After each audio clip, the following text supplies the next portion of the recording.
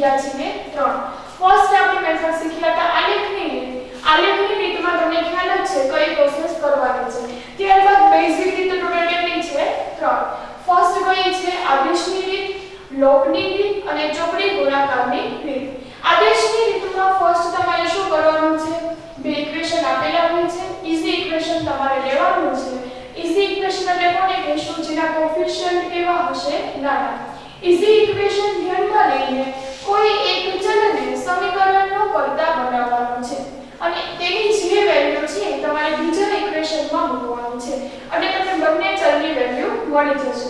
Second method આપણે કઈ શીખ્યા હતા, લોપની રીત. લોપની રીતમાં આપણે શું કરવાનું છે, બે ઇક્વેશન આપેલા હોય તેમાંથી કોઈ એક ચલના કોએફિશિયન્ટ તમારે કેવા બનાવવાના છે, સરખા.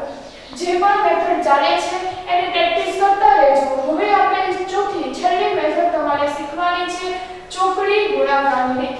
કઈ મેથડ શીખવાની છે, ચોકડી ગુણાકારની રીત. દ્વિચલ સુરેખ સમીકરણ યુગ્મના ઉકેલ માટેની પ્રોપર્ટી મેથડ્સ છે 4. 3 આપણે શીખી ગયા છીએ. હવે એક મેથડ આપણે બાકી છે. ચોકડી ગુણાકારની રીતમાં તમને બે ઇક્વેશન આપેલા હોય છે. ફર્સ્ટ તમારે શું કરવાનું છે, આપેલા ઇક્વેશનને આઈડિયલ ફોર્મમાં કન્વર્ટ કરવાનું છે. શું કરવાનું છે, આઈડિયલ ફોર્મમાં કન્વર્ટ કરવાનું છે. એટલે કે બધા જ જે પદ છે એને ઇક્વલ ટુ ની લેફ્ટ સાઈડ લેવાના છે. સમજાણો?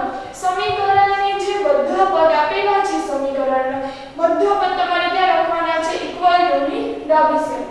ત્યારબાદ નેક્સ્ટ સ્ટેપ તમારે શું કરવાનું છે, ફર્સ્ટ ચોકડી ગુણાકારની રીતમાં સૌપ્રથમ તમારે શું કરવાનું છે, જેટલા પણ પદ આપેલા છે બધા આપણે ક્યાં રાખશું, ઇક્વલ ટુ ની લેફ્ટ સાઈડ. નેક્સ્ટ સ્ટેપ શું કરવાનું છે, x y અને તમારે કોન્સ્ટન્ટ ટર્મ શું લઈ લેવાનું છે, 1. x ની નીચે કયા કોએફિશિયન્ટ લખશો, x પછીના, y ની નીચે y પછીના અને અચળ પદની નીચે કયા પદ લખશો, અચળ પદ પછીના. x ની નીચે x પછીના કોએફિશિયન્ટ એટલે કયા આવશે, b1 b2 c1 and c2. સમજાણો? અહીં શું આવશે, b1 b2 c1 and c2. Next y ની નીચે તમારે શું લખવાનું છે, y પછીના કોએફિશિયન્ટ એટલે શું થશે, c1 and c2 a1 and a2.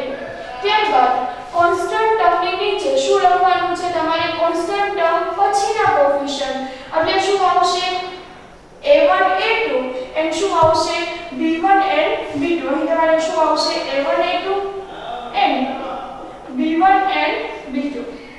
Next સ્ટેપમાં તમારે શું કરવાનું છે, x ની નીચે જે કોએફિશિયન્ટ છે b1 નું મલ્ટીપ્લિકેશન તમારે કોની સાથે કરવાનું છે, c2 સાથે.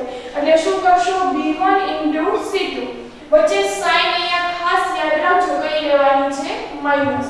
સમજાણું? ફર્સ્ટ તમારે શું કરવાનું છે, બધા જે પદ આપેલા છે એને તમારે ઇક્વલ ટુ ની લેફ્ટ સાઈડ લેવાના છે. નેક્સ્ટ સ્ટેપમાં શું કરવાનું છે, x ની નીચે x પછીના કોએફિશિયન્ટ, y ની નીચે y પછીના કોએફિશિયન્ટ એન્ડ કોન્સ્ટન્ટ ટર્મની નીચે કયા કોએફિશિયન્ટ આવશે, કોન્સ્ટન્ટ ટર્મ પછીના. હવે b1 નું મલ્ટીપ્લિકેશન કોની સાથે કરવાનું છે, c2 સાથે. અને ફર્સ્ટ ટર્મ છે એનું ફોર્થ સાથે અને b1 c2 વચ્ચે સાઈન કઈ લેવાની છે, minus b2 c1 upon c1 નું મલ્ટીપ્લિકેશન કોની સાથે થશે, a2 સાથે. એટલે શું થશે, c1 a2 minus c2 a1. સમજાણું? ફર્સ્ટ નું ફોર્થ સાથે c1 a2 વચ્ચે સાઈન કઈ આવશે, માઈનસ c2 and a1. ત્યારબાદ 1 અપોન a1 નું મલ્ટીપ્લિકેશન કોની સાથે થશે, b2 સાથે. a1 b2 માઈનસ શું આવશે, a2 b1. કઈ મેથડ આપણે શીખીએ છીએ, ચોકડી ગુણાકારની રીત. અહીં શું કર્યું આપણે, x ની નીચે x પછીના કોએફિશિયન્ટ, y ની નીચે y પછીના અને કોન્સ્ટન્ટ ટર્મની નીચે કોન્સ્ટન્ટ ટર્મ પછીના. પછી આપણે શું કર્યું, b1 નું મલ્ટીપ્લિકેશન c2 સાથે વચ્ચે સાઈન કઈ આવશે, minus b2 and c1. y ની નીચે શું આવશે, c1 a2 minus c2 a1 and 1 upon a1 b2 minus a2 b1. એક એક્ઝામ્પલ આપણે જોઈએ એમાં તમને વ્યવસ્થિત સમજાઈ જશે. જો શું આપેલું છે, 8x + 5y = 9 and 3x + 2y = 4.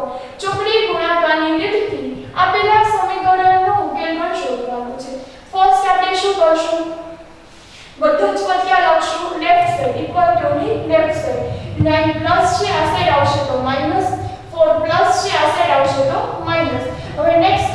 કરશું x ની નીચે x પછીના કોફિશિયન્ટ એટલે શું આવશે 5 and 2 સમજાયું x ની નીચે x પછીના કોફિશિયન્ટ એટલે 5 and 2 અને કોન્સ્ટન્ટ ટર્મ -9 and -4 હવે નેક્સ્ટ y ની નીચે શું આવશે y પછીના કોફિશિયન્ટ -9 -4 8 and 3 1 upon શું આવશે એની પછીના ટર્મ એટલે શું આવશે 8 and 3 and 5 and 2 સમજાયું પહેલું સ્ટેપ x ની નીચે x પછીના કોફિશિયન્ટ દર્શાવ્યા y ની નીચે y પછીના અને 1 ની નીચે 1 પછીના હવે શું કરશું 5 નું મલ્ટીપ્લિકેશન કોની સાથે થશે -4 સાથે એટલે શું થશે 5 * -4 એટલે શું થશે 5 * 4 એટલે શું થઈ જશે 20 અને પ્લસ માઈનસ માઈનસ અહીં વચ્ચે સાઈન કઈ આવશે માઈનસ સમજાણો વચ્ચે સાઈન કઈ આવશે માઈનસ અને 2 નું મલ્ટીપ્લિકેશન કોની સાથે થશે -9 સાથે y upon -9 * શું આવશે 3 વચ્ચે સાઈન કઈ આવશે માઈનસ 8 * શું આવશે -4 is equal to 1 upon 8 * 2 વચ્ચે સાઈન કઈ આવશે -5 * 3 અહીંયા શું થઈ જશે માઈનસ માઈનસ પ્લસ ખાસ સાઈનમાં ધ્યાન રાખજો ત્યાં મિસ્ટેક ન થાય -20 માઈનસ માઈનસ શું થઈ જશે પ્લસ -20 પ્લસ 18 y upon 9 * 3 એટલે શું થઈ જશે -27 માઈનસ માઈનસ શું થઈ જશે 4 8 * 4 એટલે શું થઈ જશે 32 અને 1 upon 8 * 2 16 -5 * 3 એટલે શું થઈ જશે 15 હવે તમારે શું કરવાનું છે એટલે શું થશે x upon કેટલા આવશે -2 y upon 5 and 1 upon 1 હવે જે ચલવાળા જે ટર્મ આપેલી છે ચલવાળા જે પદ છે એનું કોન્સ્ટન્ટ ટર્મ સાથે તમારે કમ્પેરીઝન કરવાની છે ફર્સ્ટ આપણે x વાળી ટર્મ લઈ લઈએ x વાળી ટર્મ શું આપેલી છે x upon -2 એની કમ્પેરીઝન આપણે કોની સાથે કરવાની છે કોન્સ્ટન્ટ ટર્મ સાથે કોન્સ્ટન્ટ ટર્મ શું આપેલી છે 1 upon 1 -2 ડિવાઇડ માં છે પહેલી સાઈડ જશે તો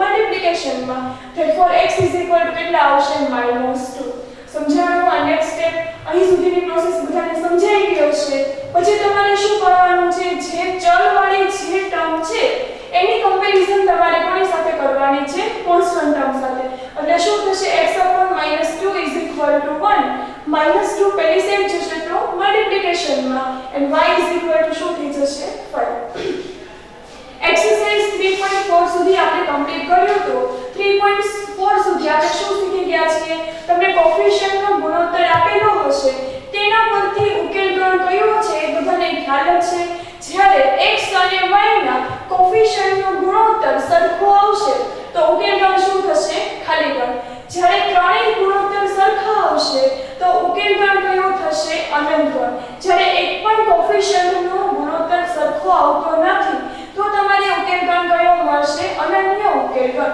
હવે એક્સરસાઇઝ 3.4 સુધી આપણે કમ્પ્લીટ કર્યું છે એક્સરસાઇઝ 3.5 માં ક્વેશ્ચન નંબર 1 ક્વેશ્ચન નંબર 1 માં તમને શું કીધેલું છે સૌપ્રથમ તમારે ચકાસવાનું છે બે સમીકરણ આપેલા છે બંને ઇક્વેશન માટે ઉકેલ ગણ કયો છે ફર્સ્ટ એ આપણે ચેક કરવાનું છે અનન્ય ઉકેલ ગણ છે ખાલી ગણ ઉકેલ ગણ છે કે અનંત ગણ છે એ પહેલા આપણે ચેક કરવાનું છે જો અનન્ય ઉકેલ ગણ મળે તો આપણે ચોકડી ગુણાકારની રીત યુઝ કરવાની છે સમજાણો ફર્સ્ટ તમારે શું ચેક કરવાનું છે કયો ઉકેલ ગણ મળે છે જો તમને અનન્ય ઉકેલ ગણ મળે તો આપણે ચોકડી ગુણાકારની જે મેથડ છે એ એપ્લાય કરવાની છે ક્વેશ્ચન 1 નો ફર્સ્ટ સમ શું આપેલું છે x 3y 3 0 3x 9y 2 0 ચોકડી ગુણાકારની રીતમાં ફર્સ્ટ શું કરવાનું છે બધી જ ટર્મને આપણે ક્યાં રાખશું ઇક્વલ ટુ ની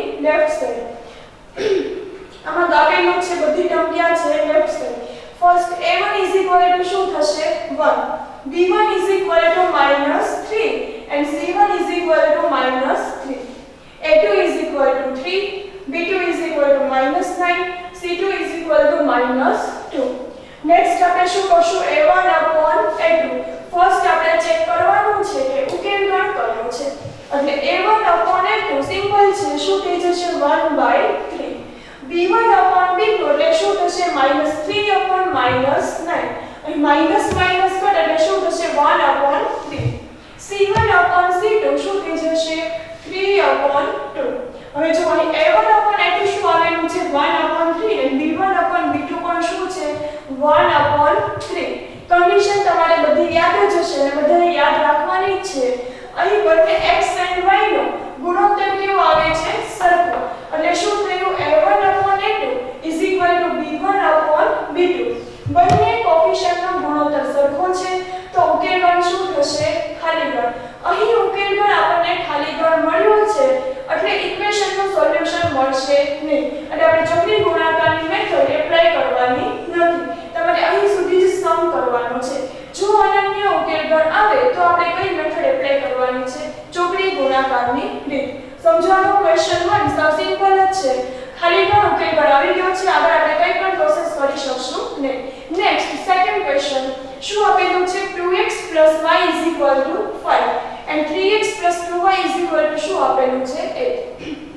ચોકડી ગુણાકારની રીત આપણે એપ્લાય કરવાની છે. ફર્સ્ટ આપણે શું લઈ લઈએ બધી જ ટર્મ છે અને ક્યાં લઈ લઈએ ઇક્વલ ટુ ની લેફ્ટ સાઈડ. +5 આ સાઈડ આવશે તો -5 +8 આ સાઈડ આવશે તો -8. a1 = શું થશે 2, b1 = 1 and c1 = -5. a2 = 3, b2 = 2 and c2 = શું થશે -8. ફર્સ્ટ આપણે શું ચેક કરવાનું છે a1 upon a2. a1 upon a2 એટલે શું આવશે 2 upon 3. b1 upon b2 એ શું આવશે 1 upon 2 and c1 upon c2 -5/-8. Minus minus શું થઈ જશે પ્લસ એટલે શું થશે 5/8. અહીં શું થશે જો એક પણ કોફિશિયન્ટ નો ગુણોત્તર સેમ આવતો નથી. એક પણ ગુણોત્તર સરખો આવતો નથી તો આપણને ઉકેલગણ કયો મળશે અનન્ય ઉકેલગણ. ક્વેશ્ચનમાં તમને શું કીધેલું છે જો અનન્ય ઉકેલગણ મળે તો આપણે કઈ મેથડ એપ્લાય કરવાની છે ચોકડી ગુણાકારની રીત. અહીં તમે આ જાતે ટ્રાય કરજો થઈ જશે. ચોકડી ગુણાકારની રીતનો આપણે એક્ઝામ્પલ કર્યો છે.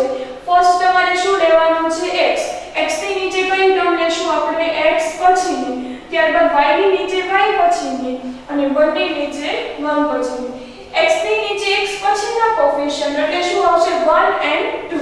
અહીં શું આવશે 1 and 2 and -5 and -8.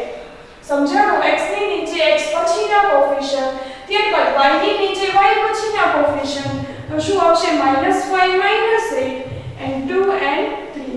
સમજાણું -5 and -8 2 and 3. કોન્સ્ટન્ટ ટર્મની નીચે કોન્સ્ટન્ટ ટર્મ પછીના કોફિશિયન્ટ તો શું આવશે 2 3 1 and 2. પછી તો ખ્યાલ જ છે ફર્સ્ટ ટર્મનું મલ્ટીપ્લિકેશન ક્યાં કરશો ફોર્થ સાથે.